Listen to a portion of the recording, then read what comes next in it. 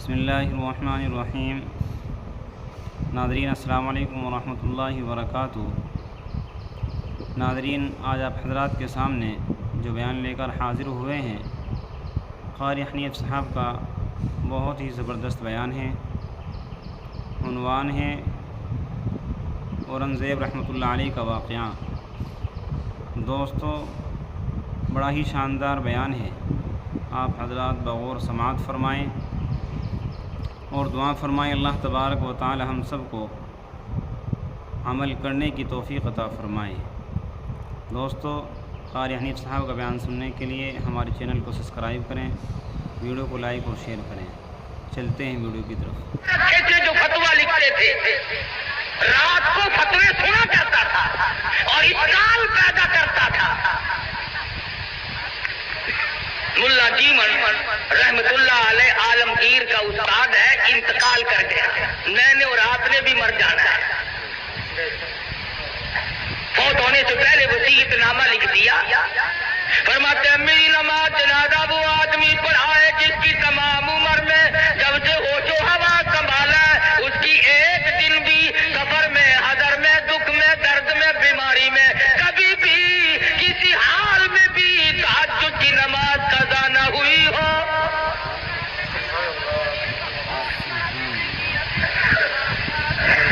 دلی کی جامع مسجد کے سامنے جنازہ رکھا ہے، سارا دن بیت گیا۔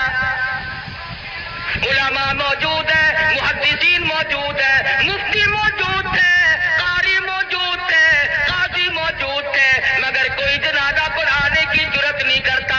کبھی نہ کبھی دکھ میں، درد میں، شادی میں، غمی میں تہجد کی نماز چلی جاتی ہے، کوئی جرت نہیں کرتا۔ اثر کا وقت ہوا، بادشاہ عالمگیر استاد محترم کے جنازے کے قریب پہنچا اور منہ سے کپڑا اٹھا کے کہنے لگا، او اللہ والے تجھے کیا ملا؟ دنیا سے جاتے جاتے میرا راز کھول گئے۔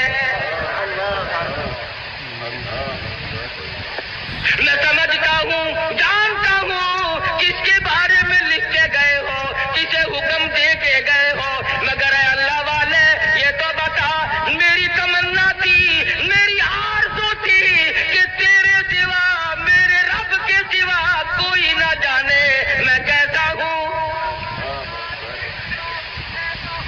والذین یبیتون لربہم سجدا وقیاما، وہ لوگ کتنے کامیاب ہیں جن کی راتیں سجد اور قیام میں بیت جاتی ہے۔ امن ہوا قانت آناء اللیل،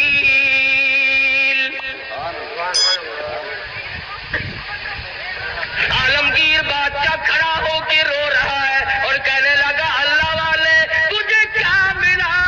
دنیا میں میرا راز کھول دیا، اب میں بڑا مشکل میں ہوں۔ اگر میں اپنا راز بچاتا ہوں، تیرا جنازہ پڑھانے والا کوئی نہیں، تیرا جنازہ پڑھاتا ہوں تو میرا راز نہیں بچتا۔ اللہ والے میں مصیبت میں آ گیا ہوں، میری تو بڑی تمنا تھی، میرے رب کے سوا کوئی نہ جانتا میں کیسا ہوں۔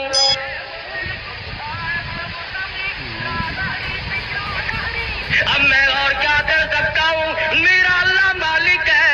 کھڑے ہو کر کے فرمانے لگے، او لوگوں صفے درست کرو، میں فقیر جنازہ پڑھاؤں گا۔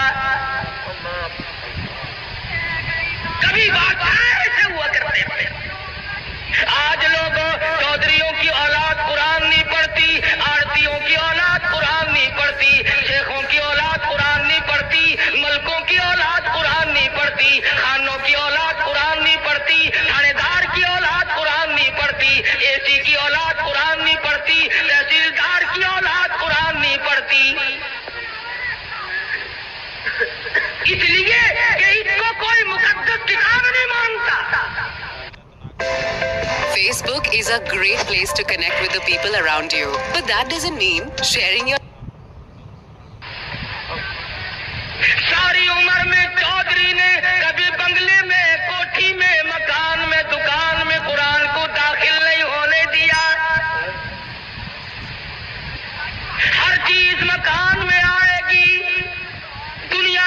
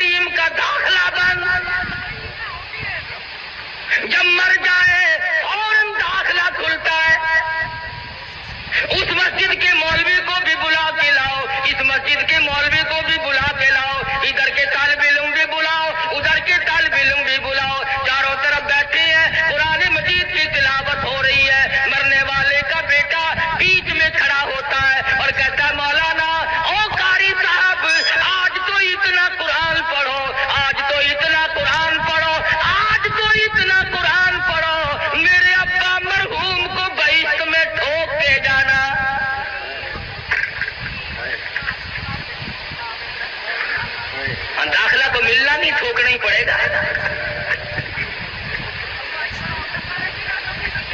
آج قرآن یاد آیا، اس کا مطلب تو یہ ہوا کہ یہ قرآن مردوں کے لیے اترا ہے. موٹر کار زندوں کے لیے، ہوائی جہاز زندوں کے لیے، ریل گاڑی، ہوائی تمام سواریاں، تمام سبزی ترکاری، پھل فروٹ، عورت مرد کے لیے، مرد عورت کے لیے زندہ چاہیے. اور لوگوں انصاف کرو، ہر چیز زندوں کے لیے، خدا کا قرآن مردوں کے لیے.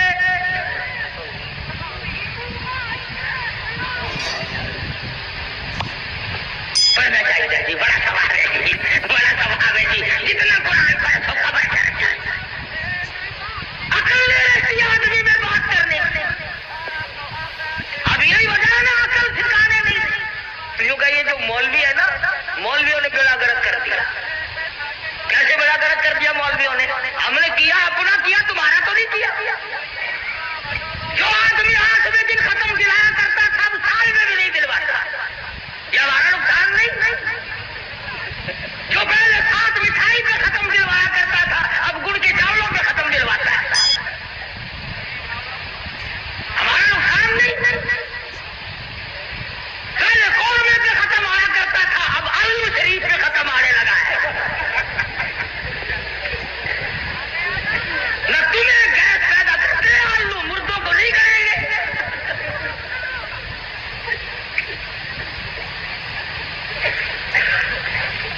یہ ساری کی ساری باتیں بیعقل پن میں آدمی کرتا ہے. جب عقل سلیم نہیں رہتی اس وقت یہ بات کرتا ہے. امام الانبیاء محبوب کبریا حضرت محمد مصطفیٰ صلی اللہ تعالی علیہ وسلم کے نوجوان صحابہ،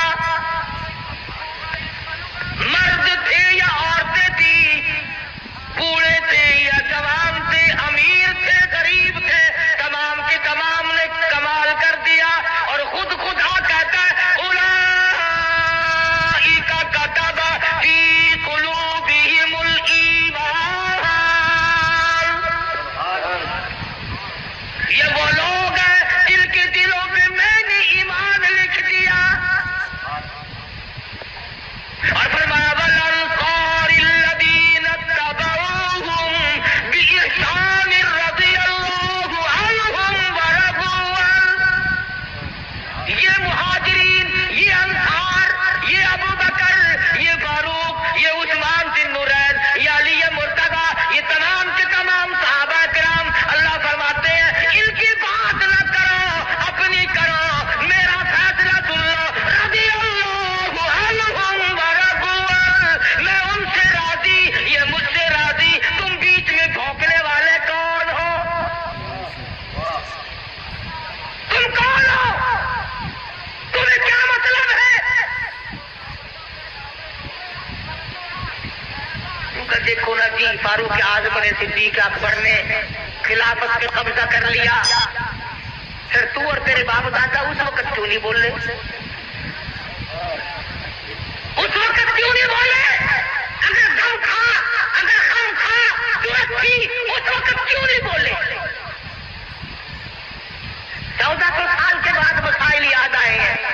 نماز سے جان چھڑانے کے لیے، روزے سے جان چھڑانے کے لیے، باقی دین کے احکام سے جان چھڑانے کے لیے صحابہ کرام کا تعداد. اور کوئی ہو، میں تمام کے تمام کو کہتا ہوں، یا وہ لوگ ہو جو صحابہ کرام کو معیار حق نہیں مانتے، یا وہ لوگ ہو جو صحابہ کرام کو بدیانت کہتے ہیں، یا وہ لوگ ہو جو صحابہ کرام کو بکواس کرتے ہیں، ہم تمام کے تمام کو دلیل و خار سمجھتے ہیں.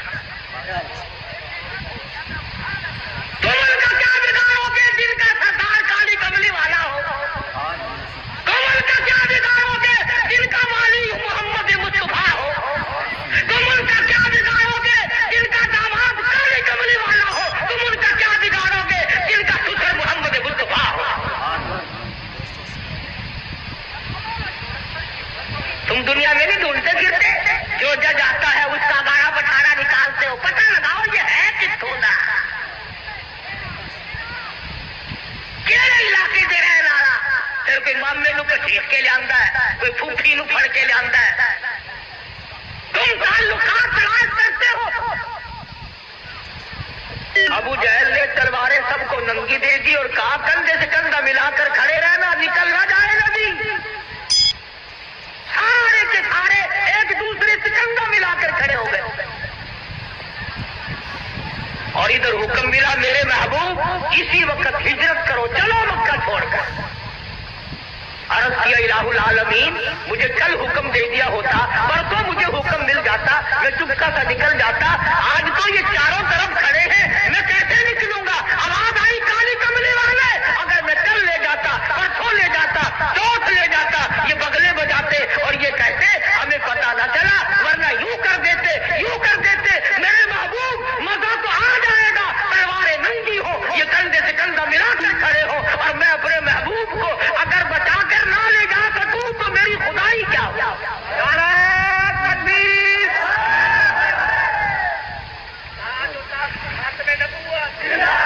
پتا نہ چلا، ورنہ یوں کر دیتے، یوں کر دیتے۔ میرے محبوب مزہ تو آ جائے گا، تلواریں ننگی ہو، یہ کندھے سے کندھا ملا کر کھڑے ہو، اور میں اپنے محبوب کو اگر بچا کر نہ لے جا سکوں تو میری خدائی کیا ہو؟ نعرہ تکبیر!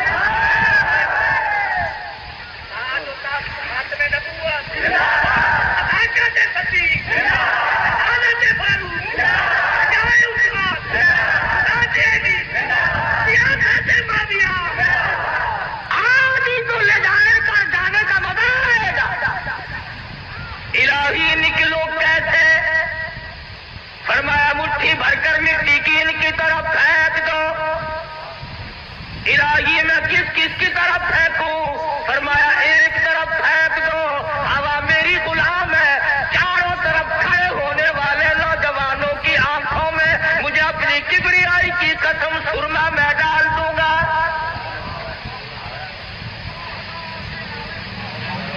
نبی نے مٹھی بھر کر مٹی کی پھینک دی، سب کی آنکھوں میں تشریف لے گئے۔ ایک دوسرے کو برابر میں کہنے لگے کیوں ہے بدماش، میری آنکھ مٹی پھینک دی؟ اس نے کہا پہلے پھینک کر پھر بھونکنا بھی شروع کر دیا، تلواریں تو کی پھینک، اور لگ گئے ایک دوسرے کی مالش کرنے۔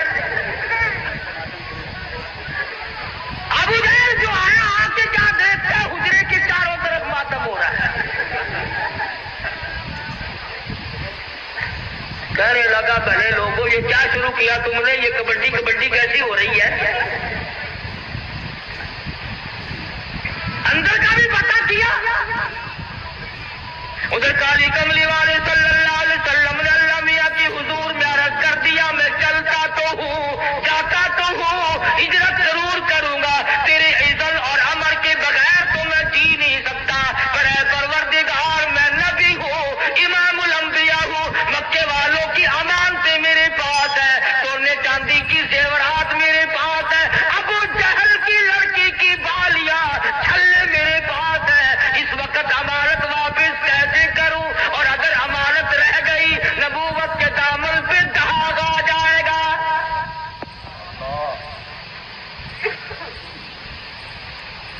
امانت واپس نہ ہوئی تو نبوت کے دامن پہ داغ آ جائے گا، اور ایک ہم ہے سچے عاشق، امانت رکھ کر واپس لے کے تو دکھاؤ۔ ہم دیوانے ہیں، ہم پروانے ہیں، کوئی امانت رکھ کر لے کے تو دکھائے۔ ادھار وصول نہیں ہوتا کہ امانت کون واپس کرے؟ صحابہ کرام وہ نوجوان تھے، یہود و نصارا عیسائی لوگ 2 سال کے لیے سفر میں جاتے تھے، اپنی جوان خوبصورت بچیوں کو صحابہ کرام کے گھروں میں چھوڑ جاتے تھے۔ ہمیشہ ایسا ہوتا رہا، کبھی کسی عیسائی نے، کبھی کسی کافر نے کالی کملی والے کے غلام کے ذمے تہمت نہ لگائی۔ انہوں نے غیر کی آبرو کی حفاظت کی، غیر کی عزت کی حفاظت کی۔ آج ہم سے اپنی حفاظت نہیں ہوتی۔ اب تو لوگ یوں لگ گئے کہنے کہ گھر میں عورت بٹھانے سے کیڑے لگ جاتے ہیں، عورت کیڑے کھا جاتے ہیں۔ اچھا سارا بھی کیڑے کھا گئے کہ تیری باقی ہے؟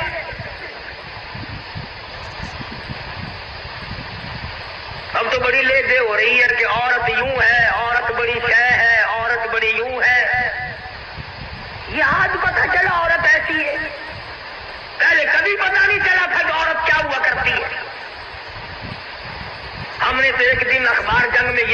تھا عید الفطر کے بعد کہ پاکستان کی غریب ملک کی غریب خواتین نے، بالکل غریب خواتین نے بال بنوانے اور کٹوانے پر عید الفطر کے موقع پر، رمضان والی عید کے موقع پر 1 کروڑ روپیہ خرچ کیا. اخبار جانے نے لکھا تھا. مجھے تو بڑا دکھ ہوا سچی بات کہ اگر یہ 1 کروڑ روپیہ مجھے دے دیتی تو میں مدرسہ چلاتا، مسجد بناتا، میں ہی دعا کر دیتا یا اللہ ساریوں کو گنجی کر دے.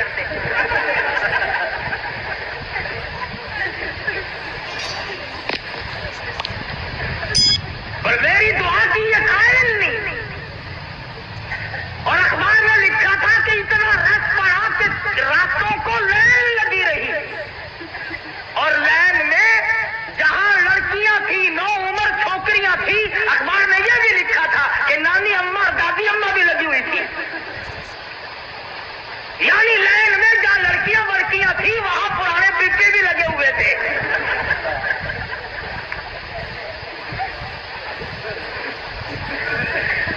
ایمانداری سے بتلاؤ، جب پرانے پیپوں کا ملک میں حال یہ ہو پھر ہم کیا کریں؟ تہذیب دیکھیے اور الزام مولوی کو. بس جی یہ جڑے ملا ہے نا یہ گھن کے بیٹھتا کیا بات کہنے والا کبھی نہیں ہٹا کرتا. دنیا میں ہمیشہ ایسے ایسے لوگ آئے جنہوں نے سچ بات کہی اور مصیبت اٹھائی. جاؤ ہندوستان سن 57 کی جنگ آزادی کی تاریخ پڑھو. دلی کی بازار میں 3-3 ہزار علماء دین کو لٹا کر انجن روڑی کودنے والے اوپر سے چڑھا دیے گئے. اور ایسا نہیں ہوا ایک کے اوپر سے گزرا دوسرا اٹھ کے بھاگا نہیں. آنکھ کھول کر آسمان کو دیکھ رہے تھے، کلمہ شہادت پڑھ رہے تھے. 3000 کے 3000 قیمت بن گیا. کچلے تو گئے، صحیح تو ہو گئے، پر ایمان کا سودا ایک نے بھی نہ کیا. نعرہ تکبیر.